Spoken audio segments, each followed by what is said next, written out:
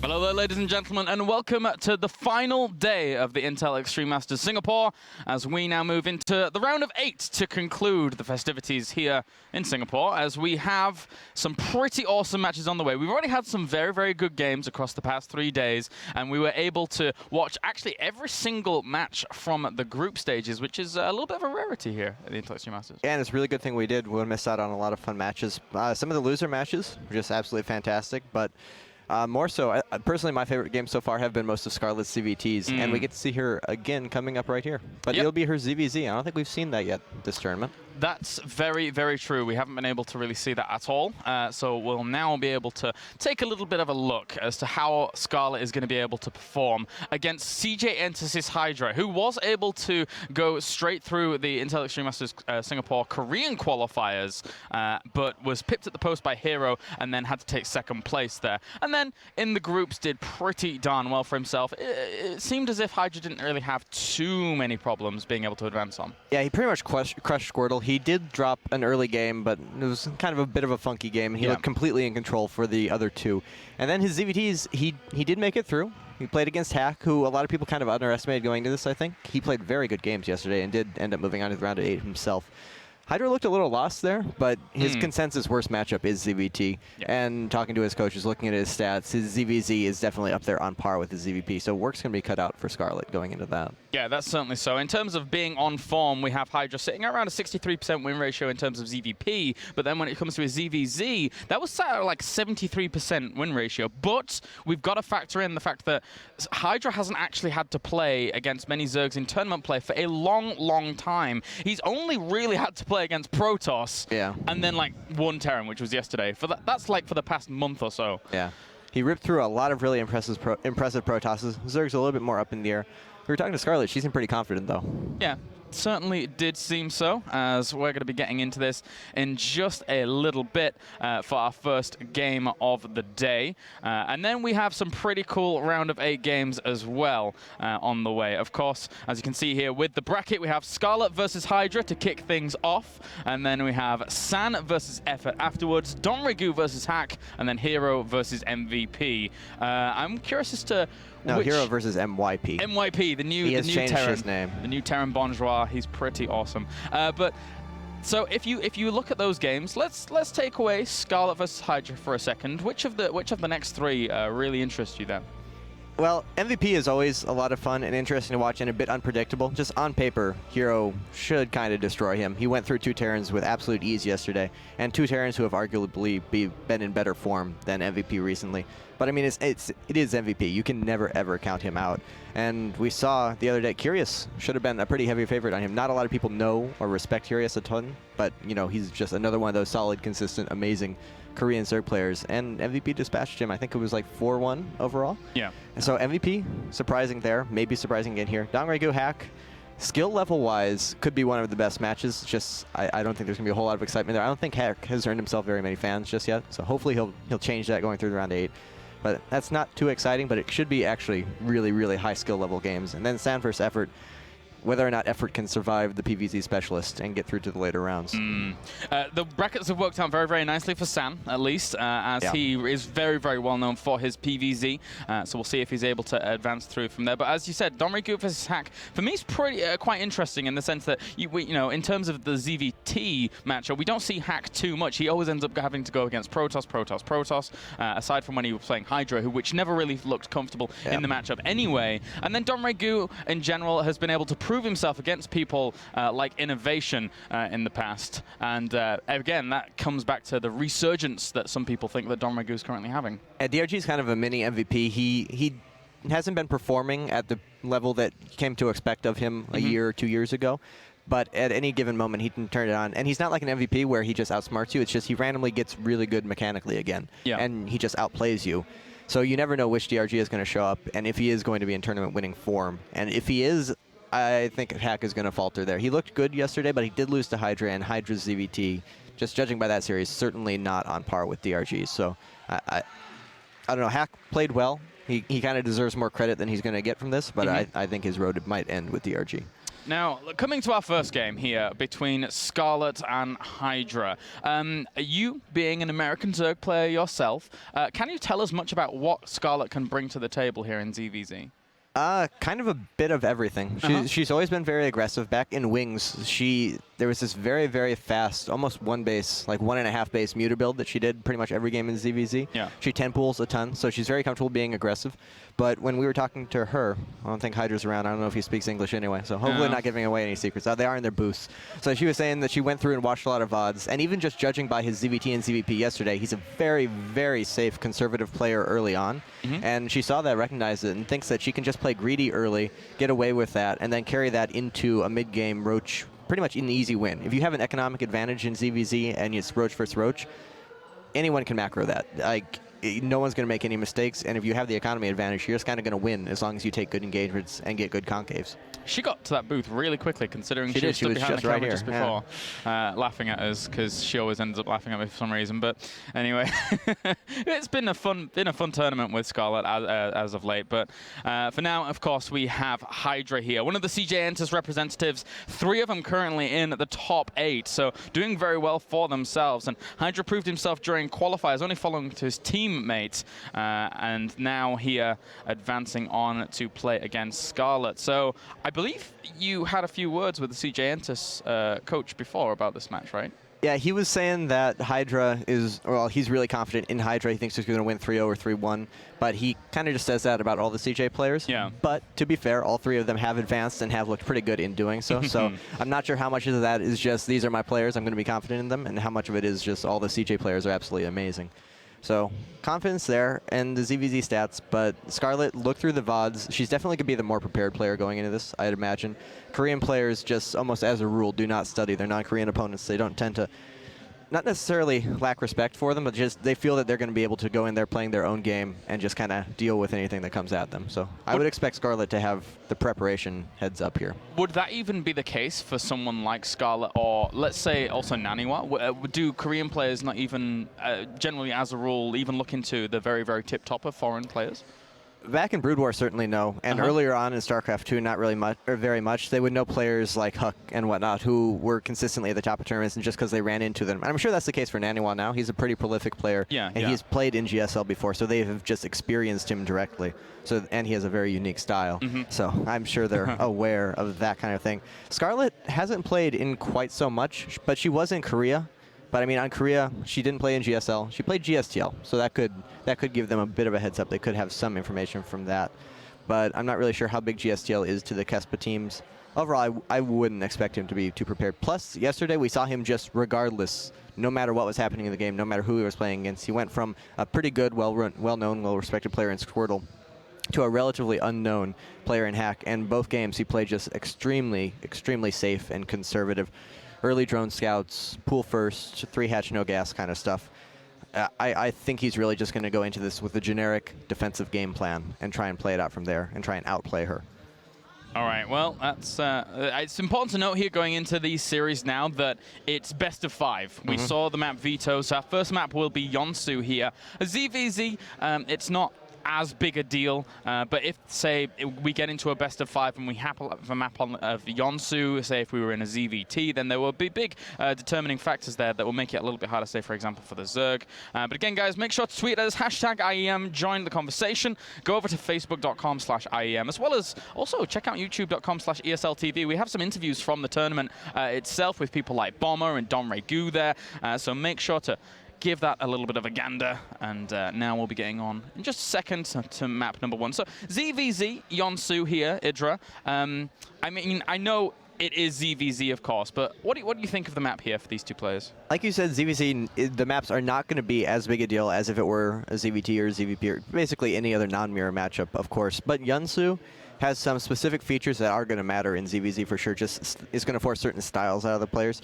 The third bases are very hard to take. I don't feel that an Econ Roach approach is very fitting for this. I think you either need to go Muta, where basically you need to be Zergling heavy, so you have the mobility to get around the map and either abuse unsafe thirds or defend your own unsafe third, just because the third bases are so far away from you and so relatively close to your opponent that it can be difficult to hold on to them.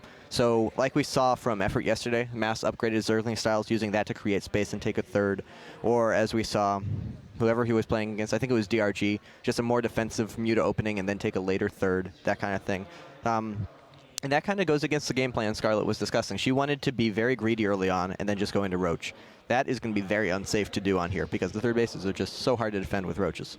All right, well, countdown's begun. We're going to get into game number 1 here in just a second. Best of 5 ZVZ between Scarlett and Hydra to find out who advances on to the semi-finals. Scarlett is the last remaining foreigner here in the tournament. A lot of people rooting for her. However, Hydra is an extremely potent foe. As we have spawning down to the bottom left-hand corner are Red Zerg. Representing Team Acer, she is Scarlett. And up to the top right, we have our Blue Zerg. Representing CJ Enters, he is Hydra. Yep, we'll be Hydra up top, but I don't know. I'm curious to see if we're going to see a 10 pull out of either player. I really don't think so, because like I said, Scarlett's looking to be greedy. Hydra seems to be an absurdly safe kind of player. So I'm not expecting any early action out of them. Actually, who is that? That's Hydra. Hydra is going for a 9 pull, so I guess throw all that out the window. And this is very averse to what Scarlett expected out of him. So she could be caught completely by surprise. I would really expect her to go 15 hatch, just judging by what she said. And that definitely could be problematic here, because 9 pull on a map with a rush distance this short, that's very dangerous. That's very hard to hold off. We saw even 2 days ago, Jigwa against Curious. Curious going a 9 pull, and Jigwa actually opening up pull first and still just flat out losing to the Zerglings. So I don't know. If Scarlett's not very careful here, this could be a very quick 0-1 for her. Well, now I'm curious. Because it is a map like Yonsu and because the rush distances are so low, I mean, it's an extreme risk for Scarlett to go for something like a hatchery first on a map like this, right? Yeah, I'm not sure if she would take this risk just in a vacuum. But looking at Hydra, she thought that he was a very defensive, very conservative player, and that there was essentially no chance that he would do a build like this. Okay. But you can never. He's a former Star League winner. You can't really underestimate a player of that caliber. They're going to be capable of doing anything, and well, I mean, he's proving that here. So we have 8 lings on the way, and the spawning pool just now starting for Scarlett. That's a pretty greedy pool. She went up to 16 supply after the hatchery before getting the pool. So not even a more conservative hatchery first opening. This is going to be really, really hard for her to defend. Yeah, very tough spot here for Scarlett in game number 1. Taking the gas, making sure she can try and get to speed eventually, but with these Zerglings now moving across the map, I mean, she has already seen these, so she's got to prepare, she's got to make sure she can defend against this. Her drone micro for now is going to have to be on tip-top form to deal with these Zerglings. She has the Overlord coming out. She's saving up larva. She's doing as much as she can, but there's only so much she can do. And Hydra sending the first 4 lings, 4 of the first 6, straight into the mineral line to harass a bit, while pounding on the hatchery with the rest of them, waiting to see if she's going to cancel that or if he's going to have to kill it, and just doing some harassment in the meantime, knowing that for sure that hatchery is either dead or canceled. Yeah. And he gets 1 drone kill, but he trades a Zergling for it, and the other one gets low. And she has chosen to leave the hatchery up. She's going to let that die, just using that to burn some time so that Hydra doesn't actually get into the drone line and kill that off. And Hydra's going for a very quick expansion afterwards. He's still down by 4 harvesters, but he has a very quick queen, which is actually going to get an Overlord kill. Maybe. It's going to be very close. So the hatchery does fall. Zergling's out for Scarlett now, but still superior Zergling count for Hydra. Using the Broodlings to fight a bit. It's really smart and kind of surprising that Hydra allowed her to do that. Yeah, considering that actually there's only 3 Zerglings left there in comparison to, I think it was like 10 Zerglings versus 4 plus the Broodlings. So the Broodlings, they've really helped out Scarlett for a second. This game is going to continue on, but Hydra does take that little bit of a lead considering he chose a very, very nice build early on. Yep, they've kind of equalized. Hydra's hatchery will be faster. Scarlett is a drone or 2 ahead. Does she have a second queen? No, she does not. And her Overlord did survive. Looks like it survived by 1 or 2 queen shots. So lucky for it. No gas just yet from Hydra, and Scarlett does have the gas, so that's what she has going for her. Hydra is going to be a little bit ahead economically, but he is going to be contained. And we saw just how dangerous that could be in a lot of the Effort games yesterday. Effort preferring gasless opening. Was it yesterday? No, sorry, 2 days ago. Effort preferring gasless openings, and a lot of the times his opponent's just playing very greedy, just taking a third base, and just taking advantage of the fact that there was nothing he could really do to put pressure on them. And Hydra's going to find himself in the same kind of situation if he's not careful here. Still no gas, playing a very greedy opening, honestly. I like the idea of him getting that spine crawler, realizing, that there was gas there from his opponent, so has to make sure he's compensated in terms of the defense. Yep, a good, smart, safe move from him. And do we have Zerglings coming out from Scarlett? No, we do not. She's playing economically, so that Spine Crawler will prove unnecessary. And that's quite good for Scarlett because that's less economy for Hydra, more conservative play that's unnecessary, and we see a very, very fast layer coming down from Scarlett, so probably super fast mutas here. Yeah, very fast indeed here on Yonsu, and well, we'll have to see if she can. She doesn't even save that Overlord as well. Hydra not willing to go out with those 2 queens because speed is done here for Scarlett, so he has to be very, very careful about moving into the middle of the map, especially without that creep. Seeing the creep spread, seeing those, especially that extra queen that just popped, and she did see, and the Spine Crawler, she should know that he's playing a gasless style. Those are all telltale signs of that, especially with the creep spread going out. And the queens are going to finish off this Overlord, but not the biggest deal, not nearly as big a deal as if she had lost it earlier on in the game. Oh, she's going to get Overlord blocked. She didn't start her replacement Overlord for quite some time, so gonna miss a few beats on her drone economy, but overall, not too bad for her just yet. This layer is already completed, and she has enough resources to put down Aspire. She hasn't made her 3rd and 4th gas yet, though. Oh, double Evo. Oh, never mind. I thought Scarlett was going double Evo for some reason, but it is from Hydra. That's normal to be expected. Roach Warren coming down, and Scarlett scouts all of that. Yeah, super, super fast Spire on the way now for Scarlett against this double evolution Roach play that we're seeing here from Hydra. So he's just going to go straight to those 1-1 upgrades, play a very, very ground-based style, and another Overlord will go down. So Hydra, despite having to contend with Zerglings with speed potentially in the middle of the map, he has 2 well-placed Overlords at the front of his opponent's base as well. So those would have already been able to spot if there was going to be those Zerglings moving, I feel. Very smart play by him, not being too conservative, not being too worried, and actually a big swell of Zerglings coming out from Hydra. Scarlett might be unprepared for that. She doesn't have a Spine Crawler. She doesn't even have a Baneling nest. She could just flat out die to this. She's not making any lings at all, and there's 30 on the way from Hydra. This could be really problematic. Does he even have Speedling? He will have Speedling as the Zerglings come out. Playing very, very greedy as Scarlett here to catch back up from that little deficit that she had early on, but Hydra's just going to punish that flat out. I mean, she's making a Spine Crawler, but if he goes immediately, it won't be finished. She has 1 additional queen, and she's not making any Zerglings. Pardon me, she's making 8 Zerglings. But 8 against 30, she's not going to see it. Not so good for her. She's not going to see it until it's right on her doorstep. All the Overlords being cleaned out by those queens means that these Zerglings spring into action. There's 3 Mutalisks on the way, but they're not going to kill these Zerglings quick enough to deny any damage from being done, as Hydra is already ripping apart the mineral line. He's going straight for that Spine Crawler. That does end up dying. Now the drones are under assault, and this natural. Scarlett's in a lot of trouble here. Yeah, this is going to be almost unrecoverable for Scarlett, assuming Hydra has the anti-air up. He does not have any kind of anti-air up, but those Zerglings are going to buy him enough time to put up this Panic Spore Crawlers, and then he's just going to be so far ahead in economy. He has a 3rd base coming. He can put down Spores over there if he wants to. So many drones are dead for Scarlett. She's down to 25 versus 42. It's actually not as bad as I would have expected. It might be manageable for Scarlett. She has a 3rd base coming down. She has those mutas out. Those mutas are going to create a lot of space for her, but it's definitely not the situation she thought she would be in here. Yeah, it really felt like, I mean, with that amount of Zerglings and no units out at all for Scarlett, everything would have just got ripped apart. But not too bad the defense, considering the circumstance. It's still going to be extremely difficult now to recover against a Hydra that is very well set up. He's getting his Hydralist down. He's already got 15 Roaches out. As soon as some Hydralists come to complement these complement these Roaches, the force is just going to be completely unstoppable. That Hydralist den is now completed, but not a whole lot of gas income for Hydra. He has some built up, but that will go away quite quickly. So we're not going to see a lot of them, but Scarlett lost so many drones that she has to focus on her mineral income right now, so she's not going to have a whole lot of muta production herself. Smart play by her, catching these, knowing that Hydra is going to try and use counterattacks to buy himself time, just killing off all those Roaches. But there's another attack going in her natural. Yeah, it's a tough spot to be in here for Scarlett. Those Zerglings already doing quite a bit of damage, forcing away the drones from the mineral line, and there's even more Roaches going to be coming along there in just a second. Of course, there will always be a timer on these units, but they're going to do some damage regardless. Scarlett can't really deal with this too quickly. No, and she doesn't even have a queen to buy herself time. She only has the mutas right now. She was making pure drones to try and catch up in economy after that big Zergling attack, and now she's just losing more and more drones, and this is spiraling out of control very quickly. We're going to have Hydras out in a second, and that will be the end of the muta dominance that she has, and that's pretty much all she has to rely on right now. So once the Roaches and Hydras come across the map, not sure if Scarlett's really going to be able to do anything about it. 61 workers killed for Hydra.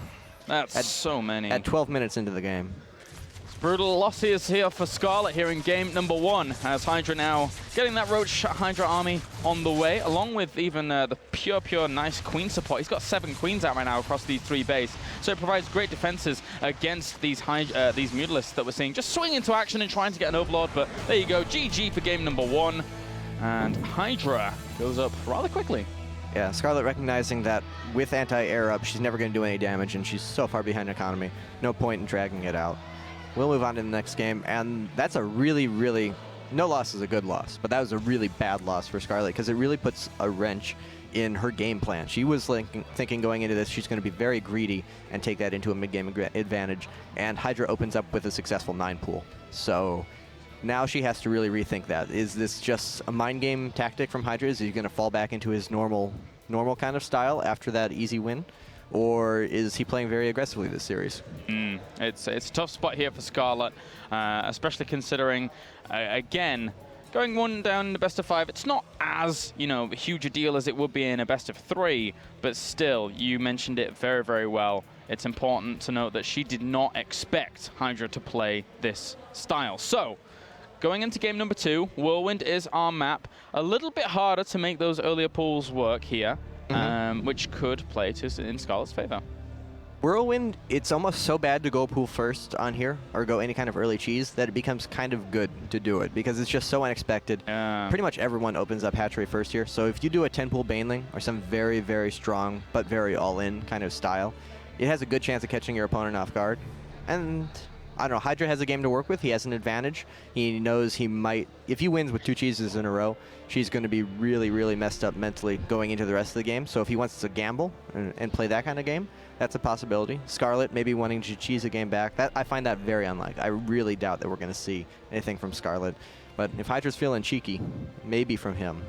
But you are right. Just objectively speaking, cheese, 10 pools, early pools in general are pretty bad on here because it's a 4-player map. You either have to drone scout or guess or hope that your Overlord gets lucky. Yep. And that's not what you want to do early on. Nope, that's certainly true. You need to make sure that you're, covering your bases here in every single game at this higher level of play, as we now load up onto Whirlwind for game number 2. Hydra currently 1 game up as he looks to eliminate the last foreigner in the tournament, making all Korean top finishes in just a little bit. It could indeed be a possibility. Hydra looks good in that first game. And again, he hasn't had to play so many ZVZs recently in tournament play, but still sitting very nicely up there with some good win ratios. As we have spawning down to the bottom left-hand corner, Red Zerg representing Team Acer. She is Scarlett. And down to the bottom right, we have our Blue Zerg representing CJ Entus. He is Hydra. Hydra that last game, he was completely in control of the entire thing. He was thinking a couple of minutes ahead. He was clearing out all the Overlords, knowing that he was going to do some circling pressure. And he did that kind of blind. He didn't really know what Scarlett was doing. He had no scouting information. He had some Zerglings in early, but they didn't find anything too indicative of anything. Scarlett very intelligently waited until the Zerglings died to start up her lair. Didn't really give anything away. And Hydra was just like, well, I'm going to make some Zerglings here. I'm going to go attack. I've set it up as well as I can. Hopefully it works, and it did. And that kind of player is very scary to play against because they're hard to predict. There was no real good reason for him to do that. Nothing that she gave away that implied he should do that. So he's just willing to go aggressive at any point if he thinks that it might pay off. And so you never know when it's going to happen. Yep, you certainly don't. Now Scarlett has to read into all of this and then try and recover to get to that 1-1 position, which would effectively reset it back to a best of 3 with a little bit of pre-scouting from the past 2 games even. But as you can see, both players opening up in a bit more of an economical way from what we saw from Hydra in game number 1 at least, with the pool first, and then we'll just go for the hatchery afterwards, no doubt. I find that pool first from Hydra very strange, on this map in particular. I don't know. Maybe he thinks Scarlett's going to be on tilt and try and cheese back. That's the only thing that would make much sense, because pool first on this map in particular, I'm never a big fan of it, but on this map, it's such a big map, it's not a good map for cheese. And if it is going to be cheese, it's going to be like a 10-pool Baneling. And just straight 15-pool or 14-pool isn't honestly that great against it, especially if you're not likely to scout it and get a spine crawler up, because you're not going to have any kind of tech to counter it. You're going to have an earlier queen, but you're not going to have a lot of units to work with. Slowlings, I don't know. just a strange choice from Hydra. And if anything, that says to me that he's going back to that very conservative, very defensive play style that seemed to be his go-to style yesterday and in previous games. So maybe he was just trying to open up the series funky, play some mind games with his opponent, and then get back into his wheelhouse. Yeah, and Scarlett, well, she already told us this morning that, you know, she'd done some scouting out, checking out the VODs and seeing what's going to be going on from there. So she'll feel a bit more comfortable with what she's seeing from Hydra so far, and we'll see what she wants to get done with that. This is looking to be far more advantageous for Scarlett here compared to just the earlier notions of this series. She did go 15 hatch. She's making the minimum 2 lings just to get some scouting done, prevent those lings from Hydra coming in. She also got that Overlord scout immediately, saw the hatchery timing, knows exactly what he's doing. So hopefully she just falls back into her game plan. She doesn't let that first game rattle her too much. Like you said, it's a best of 5. Oh, losing a drone early on. That's, ooh, the second one could fall. She has shown a 10. Okay, she does drop the extractor, does save that, but that was... Oh, and she canceled it way too fast. That was kind of silly of her. Wow. Losing 2 drones to the initial 2 lings. That's really, really bad. And when you take a bad loss and then make a silly mistake early on in the second game, that can be very frustrating, of course. So yeah, she really needs to...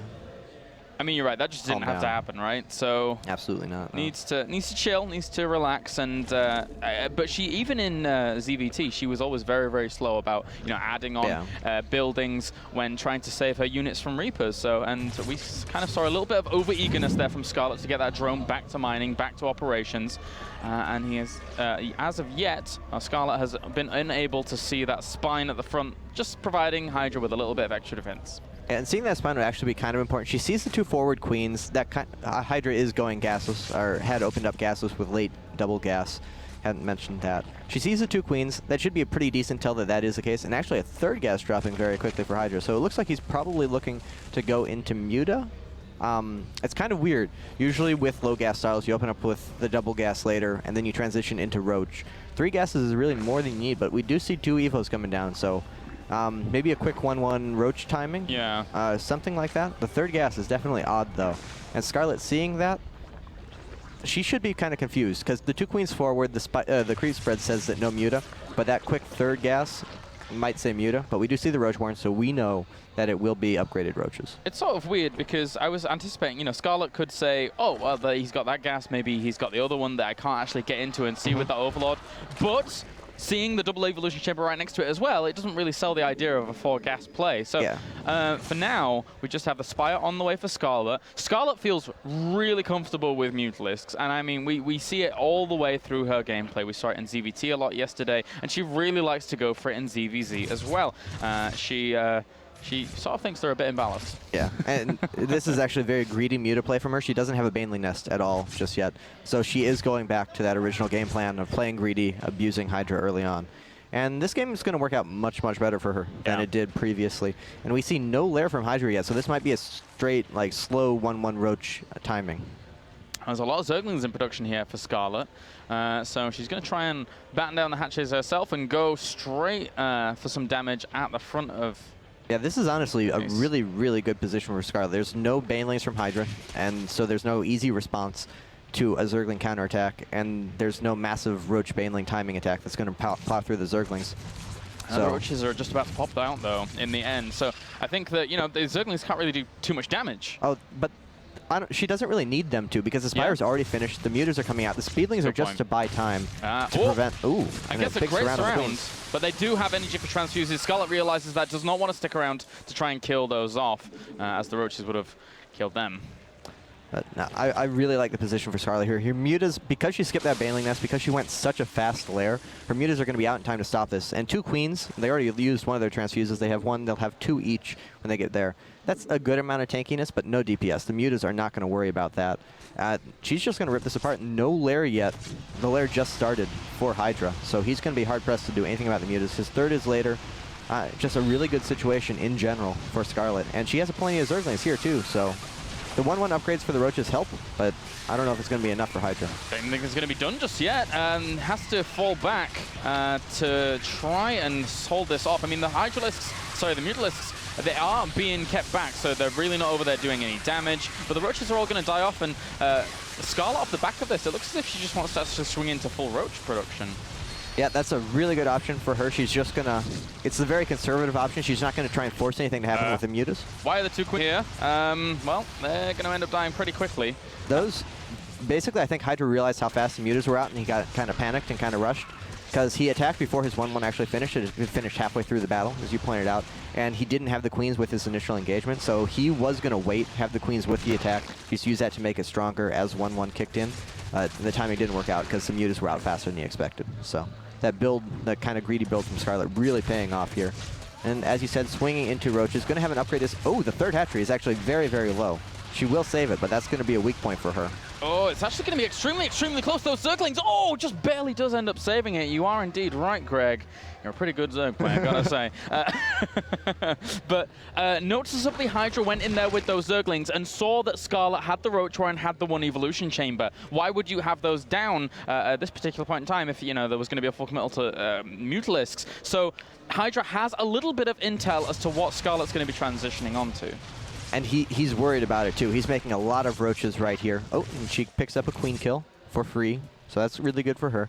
And the fact that he's making so many roaches, he's worried about her doing a roach timing. Oh, we have a Nidus coming down from Hydra, and lots of queens coming out. So he's going to try and do a roach queen all in through a Nidus. And there's an Overseer moving into position down to the bottom left-hand corner. And this is actually something I saw Scarlett trying to mess around with in practice yesterday. I don't know if she was messing around fully or not, but right now she has no vision in that position at all. So this is going to be tough for Scarlett. She is making a lot of roaches. It's really going to depend on where they are, but it looks like she's attacking with them. So this either ends up in a base race, or if Scarlett tries to pull back and defend, that'll be really, really bad, because Hydra's going to have a lot of time in her base, and he's going to kill the Roach Warren immediately. It's right next to where his Nidus will be. And Hydra's producing a lot of queens to come with this. But look at this. Scarlett is so up in terms of supply. It's... Wait a minute, it's 21, 20, she's got so many more roaches, just a few more. She wins the roach battle. Hydra's not even going to try and contest it. I think he's just going to run. Oh no, he's going to try and hold on to his natural, send a few units through just to harass her main. That's good decision making by Hydra, because I think he loses the base race, maybe. But this is just going to be like free harassment. But he's down 2 bases to 3. Hydra, or Scarlett does not want to go in here. Might be a little bit difficult to hold on to. The Roach Warren is going to end up dying. Both players are going to have no Roach Warren. Actually, he was upgrading something. Was it Clear Constitution he was upgrading? Yeah, he doesn't have Roach speed yet. Yeah. Transfuse on this Roach Warren as well, though. As Hydra's trying to kill it off, he's bringing a few more Roaches through to kill that off as well. But all of the units now here for Scarlett need to come back and help this out. She can now no longer produce any more Roaches. Both players adding on their Roach Warren once again. The Mutalisks were trying to kill off the Nidus Worm desperately, but if Hydra wanted, he could establish a position on this high ground, but he doesn't in the end. As Scarlett tries to get up here with all of her roaches, but those queens at the back providing excellent support fire. Oh, that's actually so many roaches here from Scarlett, just pushing straight on into this army. Very, very open in terms of supply. 20 roaches up in its entirety, and Hydra's army gets absolutely crushed. Scarlett managed to get another 15 roaches into production right before her Roach Warren fell, and that was really the determining factor. She already had more roaches. She might have held anyway, but with those additional roaches, she was able to crush it easily. She also got her Roach Warren re-established a little bit quicker than Hydra, so she has more roaches coming out now. The one problem for Scarlett is she hasn't cleared out this Overseer in the bottom right of her base, so maybe another Nidus comes in, but really I think Scarlett can just go and kill him now. She has so much more economy, more production. Third hatchery just now trying to be reproduced for Hydra. The only thing he has going for him is the upgrade advantage, but he doesn't even have speed roach yet. And in roach versus roach fights, that's a pretty big deal because it means you're going to get the worst concave 9 times out of 10. Oh yeah, and it's double the roaches as well here at this point. 48 against 18. Hydra has very, very little chance unless his reinforcement path is so advantageous that it was able to defeat overwhelming numbers as Scarlett's going to get in there. GG. Game number 2 goes to Scarlett, tying up the series. And, well, that's not too bad a start for her. No, not at all. And that kind of win in a series is really great because, like, you lose the first game to Dumb Cheese, and you're like, oh, okay.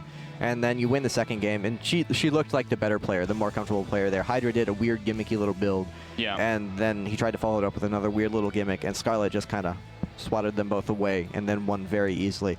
And she's kind of a cocky player. She has a bit of an ego to her. And when that happens, you're like, well, he can only beat me if he does dumb stuff. So I just got to be careful about that, and then I'm going to win. And that builds a lot of confidence. So I think she feels very comfortable at this point, given that win.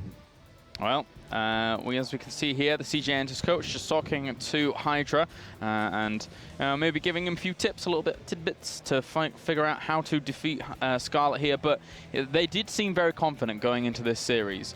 So there could be a little bit of shakiness to that game, and maybe a little bit of the confidence there. But it's Hydra. I mean, he's been around forever. You even mentioned he's won an MSL in the past in Brood War. So this guy is no stranger to the stage, no stranger to going into these series where you lose one game, big deal. I'm just going to keep playing through and crushing some face. Yeah, there's no way he's going to be thrown off his game here by that. I'm just wondering if his game is good enough, because really, he opened with a 9 pool, and that's a perfectly fine tactic in a best of X series. It's actually a really smart thing to do, in my opinion, is to open with cheese, whether you win or lose.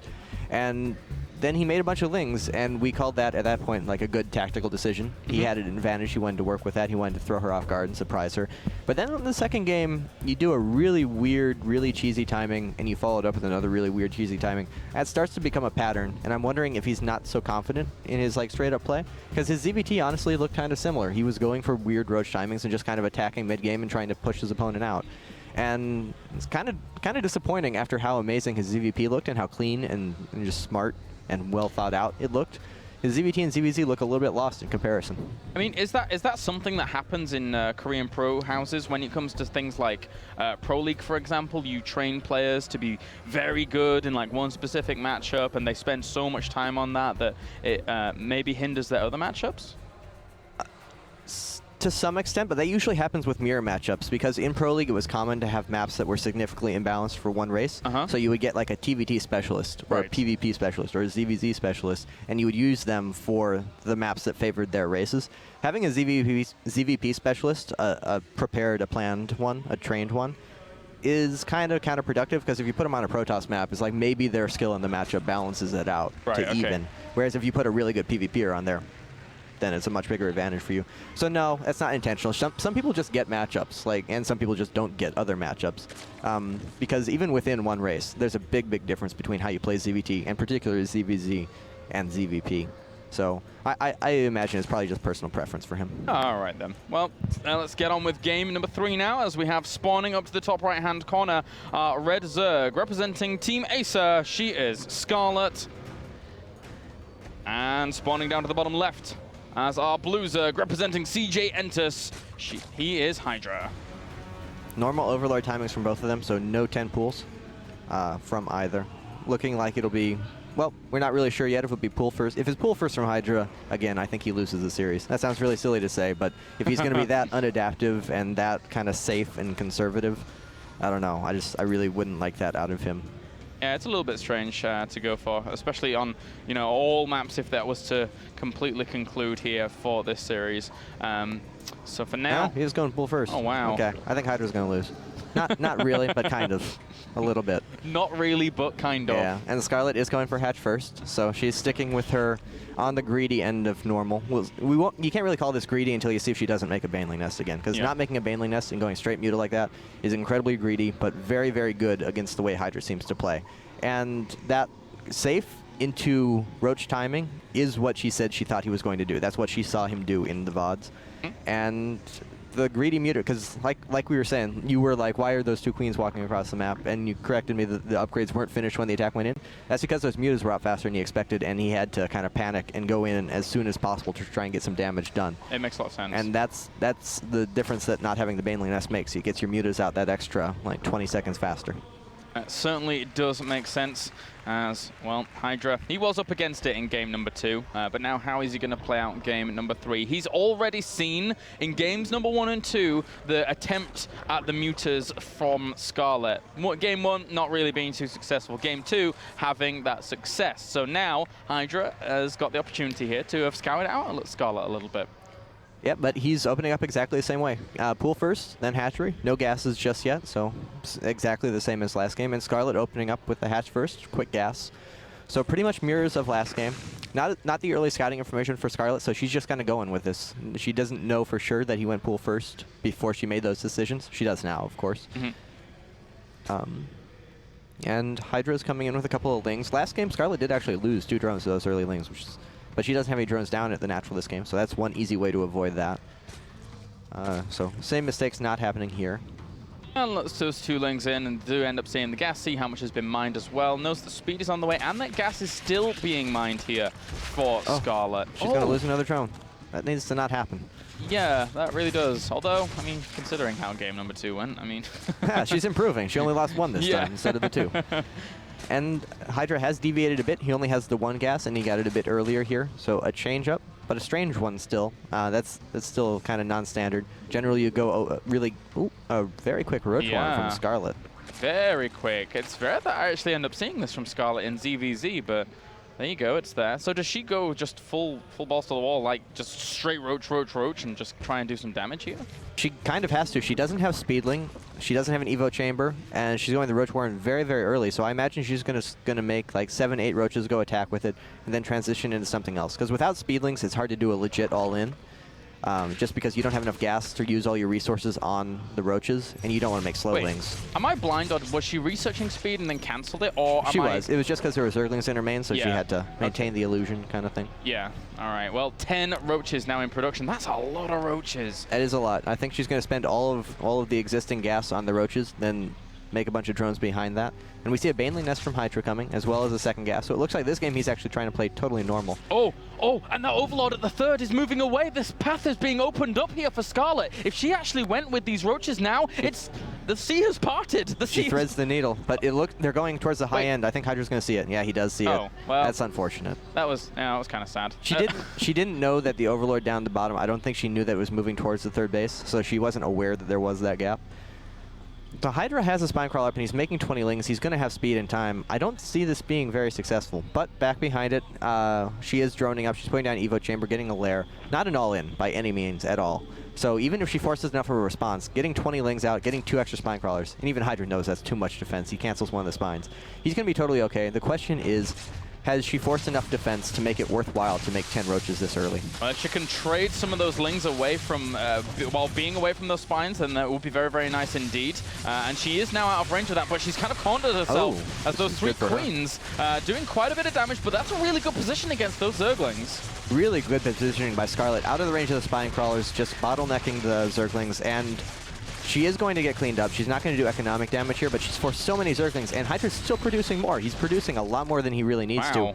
And 2 Spine Crawlers, and he pulled the Queen off of his main, so he missed at least 1 round of Larva Injects. That was worthwhile for Scarlett, very, very easily so. If we look at the income, it's actually dead even in drones, but Scarlett already has her lair finished. The lair is still morphing for Hydra, and their +1 timings are looking about the same. She has to be very careful about the counterattack, though, that is on the way. There's a lot of lings here, in fact. There's 26. Okay. She has enough, like, SimCity building placement. She can hide in gaps with her roaches. She has a Spine Crawler finish, and she has the ramp walled off, so she's being very careful. She'll be fine there. And a lot more drones coming out from Scarlett. She hasn't taken the gases at her natural just yet, but they're both on 2 gas, so that's not a big deal. Just overall, I kind of like Scarlett's position as long as she gets a 3rd pretty quick, because Hydra is putting up his. Double gases go down the natural here for Scarlett. Both players getting Glee Reconstitution and +1 here, so the Roach War on Derelict Watcher is going to be quite even for now, but at the same time, Hydra getting his 3rd base up. Scarlett does know about it. She saw it with an Overlord over at that position, so eventually she's going to have to either get her 3rd base up and running, which will be spotted instantly, or actually try and put some pressure onto that 3rd. Kind of scares me because it looks like she's going for option number 2. She's making pure roaches. She's not moving to take her 3rd. I'm sure she will behind this, but it's getting to the point where she's kind of going to have to attack, and I kind of don't think it's going to work because Hydra is producing pure roaches. He's not made that many extra drones. She doesn't have enough of an advantage to go on the aggressive here. She's actually down in supply. So this is getting kind of problematic, and her 3rd's being delayed even more by a Zergling over there. Yeah, it's a tough spot here for Scarlett. Having to make the extractor to save that from the Zergling, and now we'll try and find the room. We know how much she hates to do that. Yeah, it's not a Scarlett special. Oh, and Zergling, that's going to force it to cancel. She better cancel that if she canceled it. And he gets the drone too. Yep, she saves the money at least, but those Zerglings, they're doing a lot here. Hydra playing very, very well, really keeping his eyes on everything Scarlett is up to and then just being able to punish it in turn. Very nice play here from Hydra. And she sent a lot of her roaches into the main to try and scare off those Zerglings. Really unnecessary. Their Harvester count is dead even now, but that 3rd base, and Scarlett's actually producing some drones, so she's just going to feign an attack here. I'd be very surprised if she actually tried to engage into the Spine Crawlers. But she's going to try and scare Hydra a bit. I don't think he's going to be scared, though. There's no way he thinks he could die to this. He has to be very confident. It's like 22 roaches for Scarlett right now against 21 for Hydra. So all Hydra has to do is sit next to these spine crawlers, and he doesn't even need to engage directly, but he's just going to push her away. And then Scarlett really can't do anything about this. She has to retreat. And she loses one drone for free, or one roach for free. Not the biggest deal, but when her third is that much later, that is a big deal. And they're actually fighting out here. I don't think Hydra should be taking this. The reinforcements coming in from Scarlett, and very, very close even roach numbers here, actually, if we take a look at it. But Hydra will once again push her away. He has like 2 more roaches at that location, but with these reinforcements from Scarlett, she turns around behind the smoke. Actually, a really, really nice move, as she does have the roach advantage there for a second, and gets a few good volleys off. So good use of the map there. Yeah, really smart from her there, and hopefully she doesn't disconnect. This would definitely be like a draw situation where they'd have to replay it. It would be kind of unfortunate because Hydra has a significant... It's like the point where Hydra has enough of an advantage that if nothing happens, he should win, but it's definitely not going to get called. So that would suck. Or resume from replay. Oh, that's right. That exists now. That exists. That's wonderful. Hey. Good for Hydra. Good for Hydra. You are indeed correct. He's got actually, well, Scarlett's got, well, they've both got loads of roaches on the way. So, and the 2-2s are exact, +2 weapons are exactly the same time. So, admins are just checking out to see what's going on in Scarlett's booth. They're going to pause and I assume not drop, but regardless, it doesn't really matter. We do indeed have that functionality to continue this game from where it left off. But let the game restarts. Hello. So we pause anyway. Just making sure that Scarlett's game does still actually work and she's not going to lose all her roaches for free or something like that. But again, the use of the smoke there for Scarlett was very, very clever with those reinforcements. The numbers, going into that engagement initially without those reinforcements, there were 2 more roaches there for Hydra. But then he didn't have an overlord near the area, so he wasn't able to see past the smoke. It was really good use of the map. I like it. Smart tactics by her. I'm still not sure why Hydra was chasing that down. He has a big economic advantage, and they're nowhere near max. He might as well just sit back and defend and let that advantage grow a bit. Ideally, he wants to attack right as that third base is finishing, right as his advantage has matured the most. But kind of forcing the issue there. Oh, and we paused again. Not sure what's going on here. Okay, not so good. No, you do kind of need the keyboard to play StarCraft. She is playing Zerg. As you rightly said yesterday, you need to click those buttons really, really fast. It's important.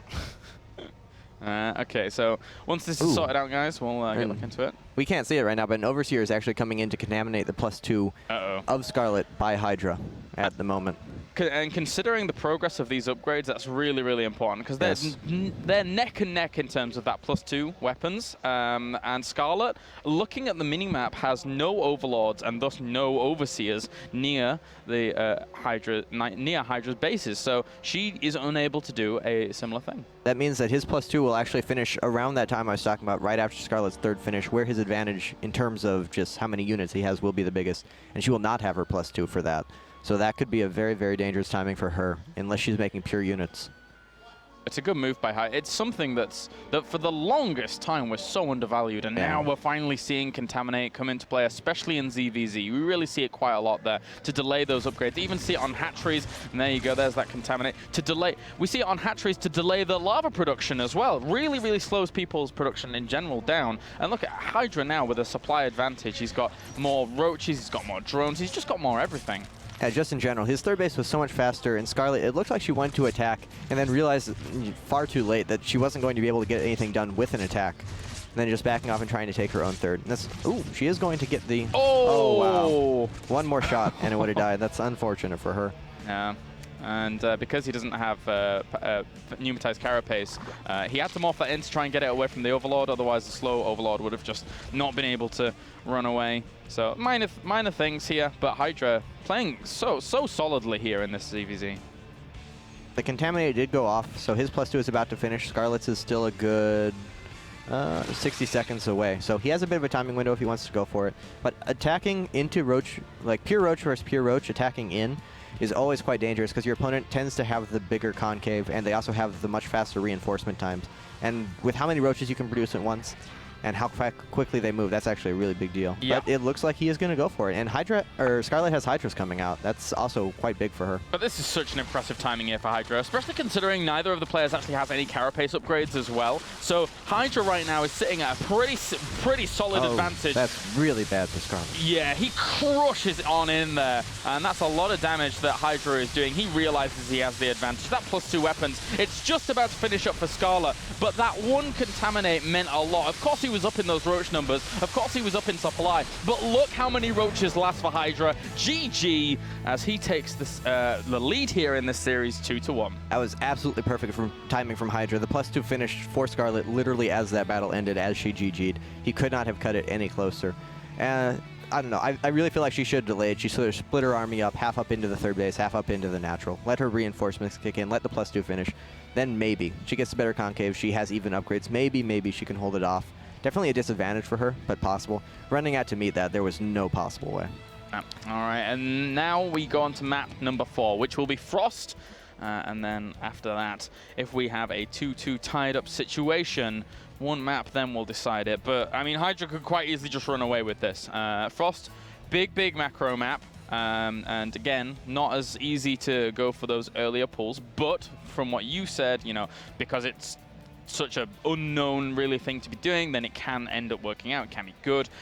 But also, I think the bigger map here will favor Scarlett. If she wants to try and go for the Mutalist play again, we saw on Whirlwind how well she was able to play it out. Mutas are good for this. More of a big macro map, although roaches move so quickly and roach games are so volatile that the size of the map isn't such a big deal. I don't know. I would like this for Scarlett, definitely, especially for the Muta play. I do feel like she should go Muta on here. It seems very good against the styles Hydra has been playing. Yeah. And she's very comfortable with it, as you said. So I think she should do that. But I don't really know. She is down 1-2. They have been frustrating games. We just have to see what she goes with.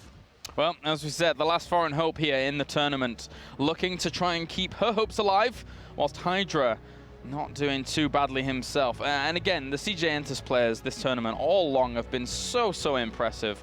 So it wouldn't surprise me in the slightest if Hydra did end up advancing on.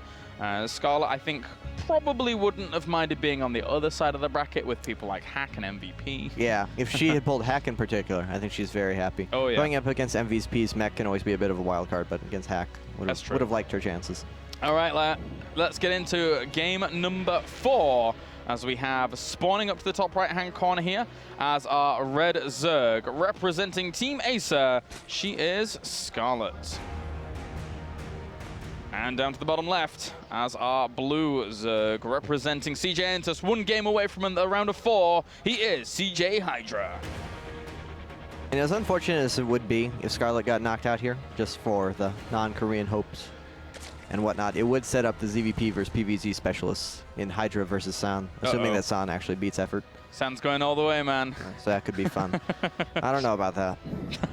I just hope it's not another he destroys everyone PVZ, then gets to the finals and embarrasses himself PVT. I really don't want to see that happen again. You're not the biggest fan of San, I take it. I don't know. I had to cast that at Aces, and he did the exact same thing. He plowed through DRG and Hyun, you know, just amazing ZVP players. And he meets Tasia in the finals, and it's Tasia, so it's kind of supposed to happen. But he like makes immortals and stuff, and just falls flat on his face. Tasia's not too bad a player, let's say it that way. He is somewhat talented. Somewhat, as this weekend would end up proving. But for now, we do have what looks like, I hope that Hydra goes for hatchery first. That's what I'm hoping. Yeah, I don't know. I said, yeah, it looks like he is. Last game I said if he goes pool first, he's going to end up losing, so I don't know. Well, he's going hatch first now, so maybe that counteracts it. I guess so. This is the game that he randomly loses. First for both of them. But indeed, hatch first, as you mentioned, and well, this is just gonna continue on. Neither player, because it is cross spawns, sent their overlords in the right directions. But interestingly enough, this overlord here is heading in a Middlewoods direction. So if there's no drone scouts or anything like that, or the Zerglings don't get anywhere in time, then that overlord might have a bit of a chance. Yeah, I don't know. That's kind of actually no. He sent it immediately diagonally. He's just doing it a little bit off the center. I kind of like sending my second overlord through the center. You're slightly more likely to see Zerglings if they're running in a weird path, trying to avoid overlords or something like that. But the way he's sending it, I don't think that happens anyway. So I guess he's just, I'm not sure. It's kind of weird. I guess he's expecting to see Scarlett's Overlord if she is bottom right, and so this is maximizing the chances that he's going to get useful information as early as possible. And actually, both of them opening up gasless this game, so maybe Scarlett's looking... I don't know. That means she's probably not going Muta, which I kind of dislike. But she's more than a capable macro Roach player, so it's not too big of a disadvantage for her. Yeah, big mineral macro mode here earlier on as Hydra does get a few Zerglings out, and he's going to send those across the map. Actually, 8 Zerglings. I'm quite surprised at the committal there. That is weird. Maybe he's realized that Scarlett seems to lose drones to Lings early and figures more Lings, more drones. That's a very good point. She will have like 1 or 2 Lings out, and then she technically will have the 2 Queens out by the time these arrive. But Scarlett's not actually going to see, and their Overlord's passed, so Hydra knows where Scarlett is, and Scarlett's not going to see this until it's pretty late. If she has time to bring the second Queen down from her main, just run all the drones up into her main. And she actually drops the Spine Crawler, so I guess that's just game sense, because she doesn't see it coming. Yeah, she didn't even see it with the 2 Lings there either. She only now, with the Overlord, sees exactly what's going on. So immediately brings down her Queen. She needs to pull her drones into her main, but otherwise she's going to be fine. Good positioning here. Actually, there was almost the attempt at a second Spine Crawler there, which would have been a bit overkill. Yeah. No, she's fine here. The Spine Crawler's going to finish. She is going to lose a drone. A little bit sloppy there, but overall, making 8 Lings early like that, that's a pretty big investment. That's 4 less drones. That's 200 minerals down the drain. And it definitely didn't pay off for Scarlett, or for Hydra. Yeah, they're not going to get too much done. Even, well, I think he killed 1 drone, and that's about it. So, well, actually, in the grand scheme of things, she had to build a Spine Crawler. She built 6 Zerglings herself, and she did lose a drone and some mining time. So it kind of paid off. If we look at the income tab, Hydra's actually 5 ahead, so I guess that did pay off. I would have expected that to end up somewhat even, but Hydra with a slight advantage coming out of it. And now for Hydra, he's already spreading his creep. He spreads his creep really aggressively in this matchup, actually. He does. That's something you see very Roach-oriented players tend to do that, because it makes it much easier to hold on to your third base against pretty much anything, but particularly Mutas, as you will be able to get the Spore Crawlers nice and early. And Scarlett does get herself a Overlord kill, so but we have speed started here for Hydra, so he may look to get aggressive through the middle of the map. Especially, I mean, if this creep spread is... I mean, if he's doing that really aggressively, so his Zerglings get over there and reinforcements get over there even quicker this early on, then that could help out considerably. I'd be pretty... I don't know, that just seems very against his style. We see double Evo coming down from both. I would be very surprised if he didn't go for Roaches. Roach Horn does come down. He's very robotic. He does pretty much the same thing every game, barring that 9 pool early on, but just every matchup, ZVT, ZVP, and ZVZ, it seems like he has his set build order. He deviates a bit after that, but he opens up the same way. Yeah, you're right. I mean, we even saw the quirks like the Nida Swarm come along, but that was off the back of actually being put in a rather tense position by Scarlett on Whirlwind. It's just a +1. Okay, so both players are going for the double upgrades. I was curious as to why Hydra had forgotten the carapace there for a second, but he does indeed start it because he was a little bit gas-starved. A little bit gas-starved indeed. And a lair for Scarlett and a slightly later Roach Horn. Roach Horn very early for Hydra, and no... Okay, he does get the lair. He had 3 gases, so I thought he might be going for that weird 1-1 Roach timing that he did on Whirlwind, but he does have the lair going, so it's not going to be that. I like that. I don't think that was a particularly good build. And he's actually taking the central expansion. That one, it's pretty exposed. It's a little bit easier to defend the bottom expansion, I would say. It's like, lots of Speedlings coming out, so this is similar to Game 1. But Scarlett has the wall, she has the Spine Crawler, she has enough Queens and Transfuses. As long as she doesn't mess up, she's going to be fine here. Good positioning on the Queens, making sure that that can be defended, and they shouldn't be able to get 2 through here at all. Although he's actually going to work on these Evolution Chambers. Yeah, he realizes against 3, maybe even 4 Transfuses, that's a lost cause. Just backs off. No point committing to that. Losing any Zerglings here is bad. And Scarlett has a lot of Roaches on the way right now. A lot indeed. And because of her faster lair, she's going to have the faster Roach speed. The 1-1 timings are pretty similar, so that's going to be a non-factor. But again, Hydra's taking that third base. Scarlett is not. Scarlett might be looking to punish that. And in this game, I think she's going to be in a little bit better position to maybe do that. Yeah, especially with those Roaches now moving out. Kills off that creep tumor, so the reinforcements for Scarlett, if she wants to get aggressive, are going to be the smallest bit slower, as well as lacking a little bit of that vision going forwards. But Hydra, in turn, had his aggressive creep spread going as well. So the creep spread could actually meet in the middle if this game goes on for longer, but Scarlett is still powering forwards. She has so many more Roaches. She's right now at 18-2, and they have similar production, but a 16 Roach advantage is hard to push back. The Spine Crawlers are there. The Queens have enough transfuse to keep it alive for quite some time if he's quick with them. But that's still just a lot of roaches. Yeah, that really is. The reinforcements need to come along for Scarlett as well. She's just waiting for those. The production is kicking in for Hydra. He does have 3 hatcheries compared to 2. The Zerglings, nice around with the great wraparound. That Spine Crawler also in range to do a lot of support damage. She has to get out of there somehow. She needs to get to her reinforcements because right now Hydra took a brilliant engagement. Yeah, Hydra, he may make some questionable decisions sometimes, but his battle control seems second to none thus far in most of these games. That was absolutely perfect. It was right in range of the Spine Crawler. It was the last possible second. That was really, really good by him. Transfuses throughout as well, and that's a significant advantage. We see Scarlett still has a supply advantage, but that third base timing, just like last game, that's so big for Hydra. Very, very well done. Hydra here in game at number 4, looking superb. His income looking pretty good as well in comparison to Scarlett's. But one disadvantage that I'm seeing for Hydra here is the fact that he's not been as aggressive about starting his +2 carapace. Yeah. So Scarlett's just going to stall out for now, I should think. We saw in last game how big of an advantage that upgrade advantage can be, and just poking in, trying to get that Spine Crawler, but good transfuses from Hydra. He's not going to be tricked by that. Some roaches wrapping around to try and do some drone damage, but 2 overlords, in fact, see that from Hydra. So, well, he's not responding to it. Maybe he just didn't notice. He's too busy trying to keep his Spine Crawler alive. Ooh, and he's actually baited out, so he's going to lose some drones here. Nice move by Scarlett. Yep, very well done. She needs to find some way to actually even things up in terms of the slight disadvantage that she finds herself at, because, again, Hydra's production has been on point, on form, a little bit more than we're seeing from Scarlett because of that quicker third hatchery. So she got a few drones, 5 in total, and is going to run away. Anything she can do to even it up at this point, because we saw Scarlett had the supply advantage after that initial roach engagement. Hydra has just accelerated right on past her up to a 14 supply advantage. Scarlett doesn't even have a queen in her third yet, no drones, just starting to fill that up. One thing, as you said, she has the double upgrades and no carapace at all yet for Hydra. That has to be a mistake at this point, because he hasn't been in any kind of dire danger. He doesn't need that extra 225 gas right away.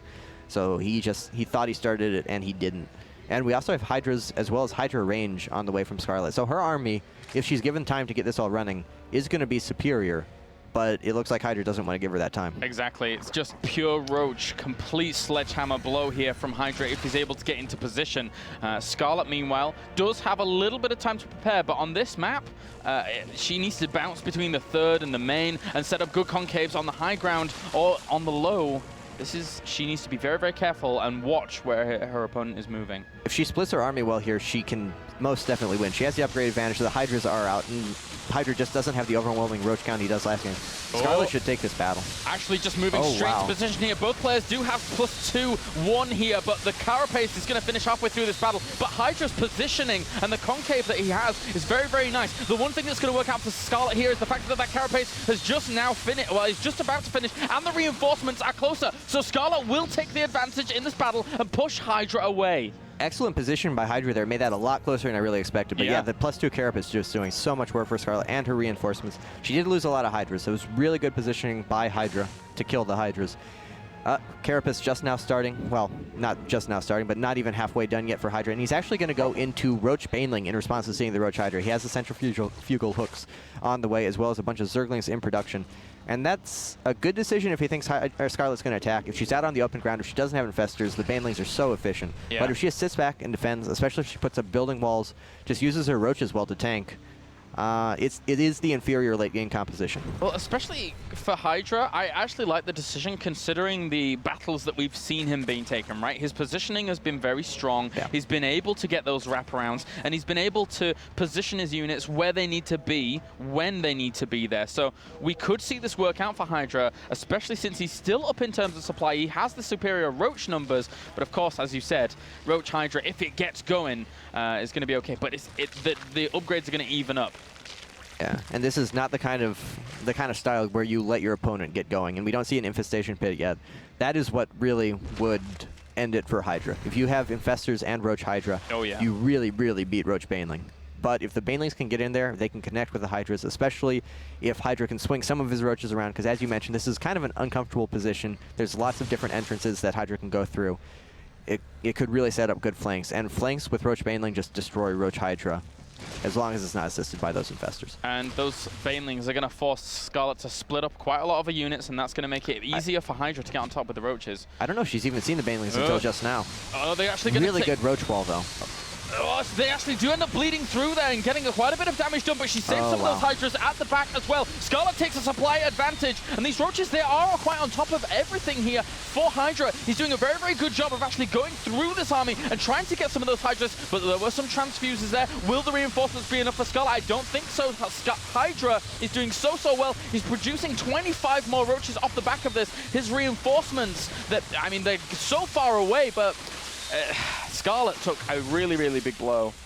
Yeah, I don't know why she was trying to spread against the Banelings. I don't think it was necessary. I think she just absorbed some on her roaches and let the Hydra do work from behind the roach, because the roach wall was absolutely perfect. The Banelings were not going to be able to move command through there like they want to. But then she split it up to try and minimize the damage they did, and I think it cost her too many Hydras. Hydra just had so many roaches, he was able to force his way through there, and really good control by him. Scarlett, of course, did end up defending, but she's equalized the income. She lost a lot of drones there. She was behind, but really smartly making some drones, catching up there. But that army supply difference, she's down 30-some. She has the Hydras, that helps. But how much? It's an interesting point that you bring up, though, about the roach wall in comparison to the split, because recently in ZVZ, I've seen more the favoring of the split than the roaches, but for Scarlett, she didn't really have much room to split where she'd taken the engagement anyway, so the roach wall, do you believe, would have been the better choice? In this situation, yes. Splitting is just kind of like your response, because, you know, Marine splitting, that's what you think of when you think of Banelings. But roaches can take a lot more Baneling hits than Marines can, and Hydras are much more important to the battle than keeping all of your Marines alive. You can sacrifice the roaches as long as there's enough left to tank, and she was in such a good position there. I really think it would have been better to not split, to allow the Banelings to blow themselves on the roaches. Scarlett's found a little bit of room to get her infestation pit out, so she's going to try and grab some of those infestors. But interestingly enough, now we still have those 20 Banelings here for Hydra. If Fungals are able to land on those, then it would be very, very useful to be able to shut that down. But she doesn't really have that many Hydralists in her composition. Only 8 here. And once again, Hydra is moving into a position where he's going to go for the assault. He has his 4th base down as well. So everything is going in Hydra's favor, and he forces the cancel. Yeah, Scarlett's only saving grace here is that late game composition. She does have infestors coming out, and she has quite a bit of gas saved up at her 3rd base because she just now took the 6th gas. If she can win one battle decisively, which is possible with the Fungals. Ooh, if she Fungals all the Banelings. It's gonna have to be close. They're right there. Well, they're all very, very clumped up, but in the end, they don't get caught. Hydra now just absolutely plows on through. Not enough mana. And not enough mana. Yeah, you're right. And the Patterson Glance wasn't even around and about there to be able to help that out. But there you go. Hydra doing so much damage, so many roaches, performing so well with almost exclusively roaches all the way through this game. Just did the addition of the Banelings to help on out, and Scarlett is against death's door here in this series, and Hydra's looking to move on to the round of 4, performing very, very well in ZVZ and really bringing it to Scarlett. That's too bad. If she had been able to fungal those Banelings, I think she might be able to win that battle. It was still kind of close. Hydra still has that 4th base, and it's been a dominant performance from Hydra. His battle control is really just absolutely amazing in all of these. And even the Contaminate as well to stop any more lava from coming out from that hat tree. This is a tough spell here for Scarlett. Her tournament comes to an end. Congratulations to Hydra for moving on to the round of 4. 3-1 against Scarlett. Just really, I don't know.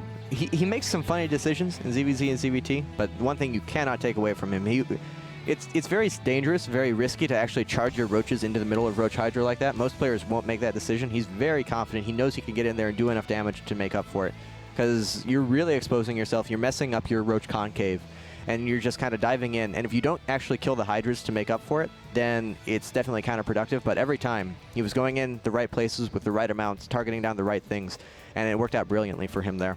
Yeah, his battle control was really, really cool from what we saw, especially in that engagement where he was able to get the wraparound with the Lings against those roaches. Very, very well executed. Scarlett is now out, and now Hydra moves on to the round of 4. So well done by him. I wouldn't be surprised if we saw all of the CJ Entus players actually move on to the round of 4. We could have a very, very strong finish for CJ Entus in general. Looking very strong at this tournament. I really, really like Hero's chances. I think Effort's going to be the wild card there. Effort versus Sun, I think, could be a very close, very exciting matchup. Or I don't know. They both have very quirky, aggressive styles. So if one of them is really well prepared, if one of them has a good read on their opponent, if one of them just chooses to play defensively and the other doesn't adapt to that, it could kind of be a letdown. But I think that's going to be very exciting games. All right, guys. Well, this is the Intel Extreme Masters Singapore, and we'll have some more awesome StarCraft action very, very shortly. Don't go anywhere. Join us after the break.